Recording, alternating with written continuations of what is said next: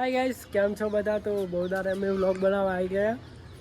થોડું રીઝન હતું એટલા માટે વ્લોગ બંધ કર્યા હતા. બટ હવે હું એકદમ ફ્રી છું. તારે લગભગ મારા ખાસું ટાઈમ થયો. એક પહેલાં હું જે નાહવા ગયા હતા એનો એક વિડીયો બનાવ્યો હતો. એ વિડીયો પછી ને થોડું એવું હતું તે આપણે વિડીયો નહોતા બનાવતા, પણ હવે વિડીયો બનાવવાનું ચાલુ કર્યું.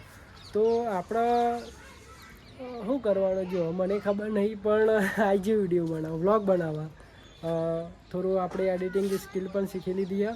તો એ હું અત્યારે આવ્યો તો વિડીયો શૂટ માટે જ આવ્યો હતો. એક ભાઈનું વિડીયો એડિટ કરવાનું હતું, એના માટે વિડીયો શૂટ માટે જ આવ્યો હતો. પણ હંગાત હું કહું કે વિડીયો એડિટિંગ કરતાં હું શીખી ગયું બરાબર, તો વિડીયો એડિટ હું કરી આપતો હતો બધાને.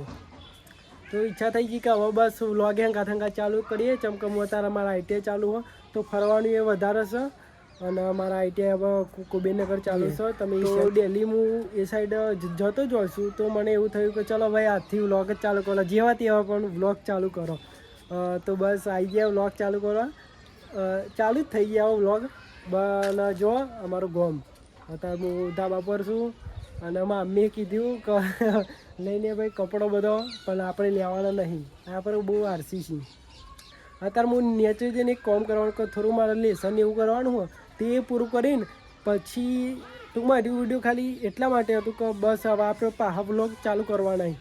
તો કાલથી મારો એક નવો વ્લોગ આવશે, એમાં જવાના અમે બસમાં આઈટીઆઈ અને ટ્રાવેલને બહાર એટલું કંટાળો આવે ને એટલું મોજી થાય. જેમ કે ભાઈ બને એટલા બધા હોય છે ને આપણા કે જોર મજા આવે.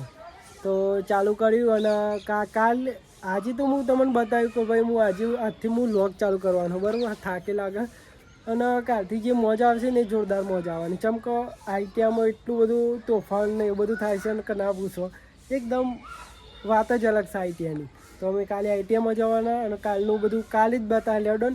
આજે તો હું ખાલી બતાવ્યું કે ભાઈ આજથી હું વ્લોગ ચાલુ કરવાનો, ડેલી તો ડેલી પણ જેવા તેવા હું વ્લોગ નાખવાનો બરાબર.